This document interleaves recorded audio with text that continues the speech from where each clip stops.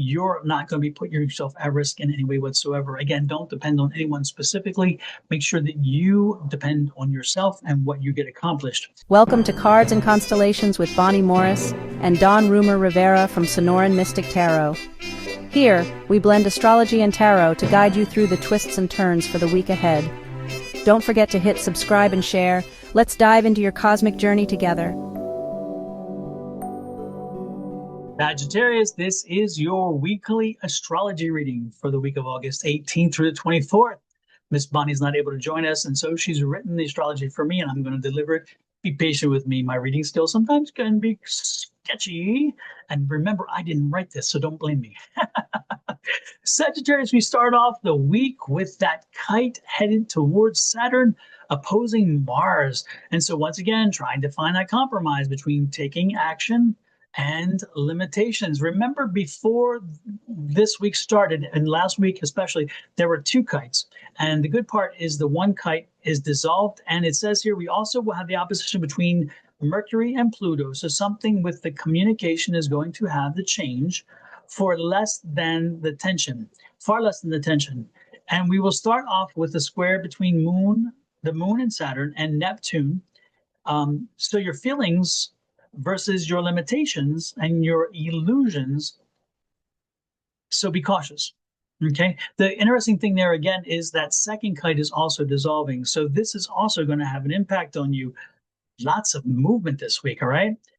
There's another square to be cautious about, and that's between Mars and the moon. So taking action with feelings will be necessary. You hear that? Taking actions with feelings will be necessary. Is there a proposal in the works? Is there a time to have a conversation about something that's not working? I'm going to let go. I'm going to move on because she didn't put that in there. I did, so I'm planting a seed there. Now, the good news is that the kite begins to dissolve, which we talked about midweek, and the only opposition will be Venus versus Pluto. So that's love, romance, and money in opposition to dramatic change or whatever works for you. It's going to have to someone's going to have to compromise. Compromise is the name for this specific kind of interaction. Thursday, we have squares between Uranus and the moon and Uranus and the sun. So there's going to be some unexpected surprises in both feelings and identity. You may get a lesson this week about maybe you measured up to who you thought you were, or you may find out maybe you don't measure up, and maybe that's going to be a tweak, which you're going to see. This could be an eye opener, and for the bigger picture, it could help you to figure out managing real world responsibilities. And again, so you may have to step up to the plate in a way that you weren't sure you could, and then you stepped up and you did. And I think it's wonderful. The sun moves into Virgo on the 22nd and lights up your career and public image sector. The key here is to pace yourself so that you're neither sphere suffers. Okay, so again, pace yourself that your home and your career have a good balance, and that not one is outshining the other, because when that happens, the other one gets shadowed, and it is not a healthy thing.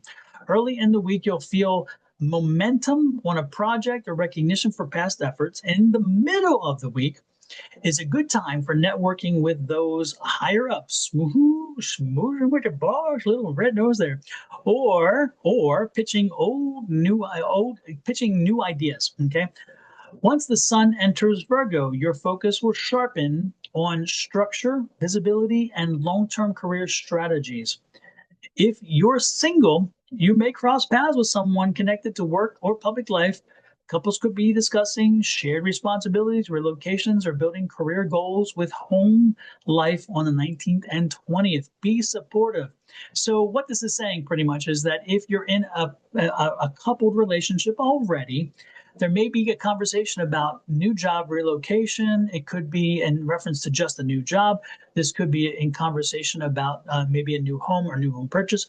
And if you're not in a relationship, then you may run into somebody at work, and through that work environment, you may meet that someone special, and that's kind of cool too. Let's see. Reminder is teamwork matters this week, and also love and career gains can translate into financial opportunities midweek. Again, that could be that opportunity to get a job and to relocate, or even find that special someone at work. It's a favorite time to discuss salary adjustments, new contracts or investments, and personal growth. On the 23rd, be very cautious and read contracts carefully. The 23rd. Let me repeat that. On the 23rd, read contracts carefully. Small oversights could cost you later. Okay, so again, pay attention to detail on the 23rd. I would also say on 22nd, because the 23rd is a Saturday. Sometimes it's a moon situation or a shadow situation. So on the Friday, Saturday, and Sunday, I'd be paying attention to anything I saw. Okay. With that said, let's have a look at tarot and see how tarot compares with this very complex but very positive astrology reading. Sagittarius, let's take a look at the tarot for the week and see how it aligns, or if it even does align, with what the astrology spoke about.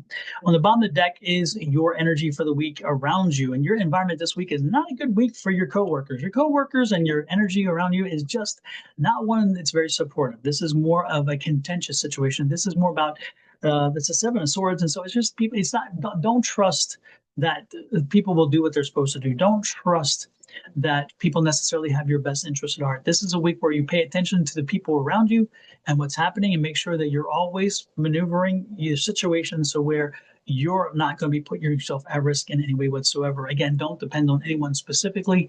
Make sure that you depend on yourself and what you get accomplished.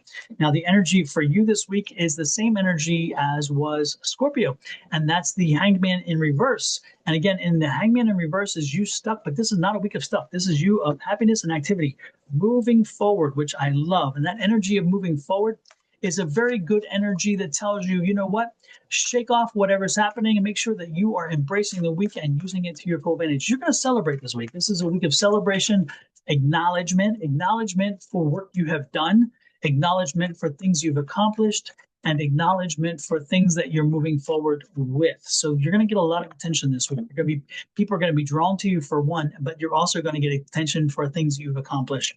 The second card out is the Star card, and that's an alignment card. And I love that because that alignment card tells me that the things that we talked about, the energies and so forth, they are coming at you, and they're perfect for you to align. And that's why, again, you have the magnetism that you do for now. And that's why that Hangman is so happy, because when you're aligned and when you're properly aligned, life is smoother for you, and then you're a happy place. You're in a happy place, a happy space, and you're moving forward. So this is going to be a week of good opportunity, good activity. Look at this, the happy place. Here's the Three of Cups. That's a happy celebration. So this is a week to celebrate. Again, you're going to get you're going to get some recognition. You're going to get some attention. You may even get a few eyes and saying, hey, you're kind of good looking these days. You're kind of cute. You're kind of pretty, whatever the situation might be. You know, you're kind of looking good nowadays, that kind of stuff. So you may get some personal compliments as well as people who acknowledge your business acumen.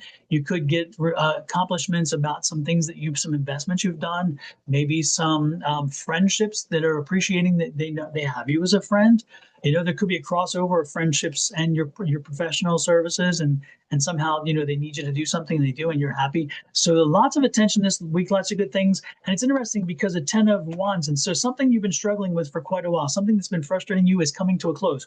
Whatever it was that has been frustrating you, whatever it is that was like a battle, and you're like, I need to get this done, is finally coming to a close this week, which maybe again brings you that resolution, which makes you happier, which makes you shine more. And so you feel like, man, you're on top of the world. And then there's a Palace of Wands, which tells you again that the workhouse is in order and things are flowing smoothly.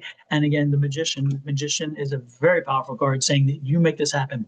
So if you get yourself into a funk this week, it's all about you and nobody else responsible. You've got to control yourself this week. You've got to make sure that you are focused on happiness, good things. Be patient with other people. This is the Temperance card. Be patient with other people. Don't let them get to you. You know, let them work through their issues. You got your issues resolved. You're fine. And then most importantly, just have an amazing week. Rise above. This is the Six of Wands. Rise above, rise above, rise above, rise above. You're going to be given attention. You're going to be given accolades. You're going to be given some notice, and make sure that you appreciate it. Just bask in it. Enjoy the glory. Enjoy the glory. Enjoy the attention. And most importantly, make sure you pay attention to your family as well, and they'll pay attention to you. They're going to give you that appreciation as well, because remember, in the astrology part, it was about, they had that family connection. In this one, there wasn't a whole lot about family though. But in the end, when you see that alignment card, the Star card, and then it comes back to that Temperance card that brings in that Wands, it kind of brings that back to some acknowledgement of family too, because again, it's that full picture rising above. With that said, I'm going to let you go. Please hit that subscribe button. I would truly appreciate it. And that share. If you are on Sonoran Mystic Tarot, which is my channel, please pop over to Miss Bonnie's channel, Your Love Goddess, and do the same. If you're on Your Love Goddess, pop over to Sonoran Mystic Tarot, which is mine, and do the same. And then go to Cards and Constellations, which is our combined channel, and hit a subscribe there as well, and a share. We would appreciate it. When you share this out, you're helping other people get the message. Remember, people have sun, moon, and rising signs, and we only often know the main sign. We don't know there are others, and yet they do. So they could be Virgo with the Sagittarius rising, and therefore they needed to hear this. Remember, share it out. Let people decide whether they want to watch it, but more importantly, you do your job and help us. We would appreciate it very much. With that said, I'm going to let you go. Love, light, and blessings from me and my family, Miss Bonnie and her family, to you and your family. Until next week, we will see you then. Have an amazing one, and bask in that sunshine. Bask in that glow. You burn it. Bye.